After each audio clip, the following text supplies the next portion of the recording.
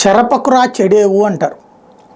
వాస్తవంగా భారతదేశంలో మణిపూర్ కావచ్చు, అస్సాం, ఈశాన్య రాష్ట్రాల్లో ఈ మధ్యనే ఉల్ఫా వాళ్ళతో చర్చలు ఈ శాంతి ఒప్పందం జరిగింది. అంతకుముందు మణిపూర్లో ఉన్నటువంటి వాళ్ళకి కావచ్చు, నాగా పీపుల్స్ ఫ్రంట్ కావచ్చు, అట్లాంటి వాళ్ళతో కూడా శాంతి ఒప్పందాలు చేసుకున్నారు.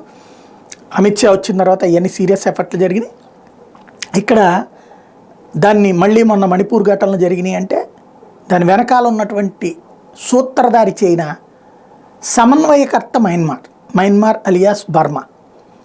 ఇక్కడ దాడులు చేసేసి అటు పారిపోతారు. అక్కడ ఉన్నటువంటి సైన్యం షెల్టర్ వాళ్ళకి, పాకిస్తాన్కి కాకుండా మయన్మార్కి వెళ్ళిపోతుంటారు. చైనా తయారు చేసేటువంటి, చైనా ఆర్థికంగా ఇచ్చేటువంటి సాయంతో ఈ ఈశాన్య రాష్ట్ర తీవ్రవాదం నడుస్తుంటుంది.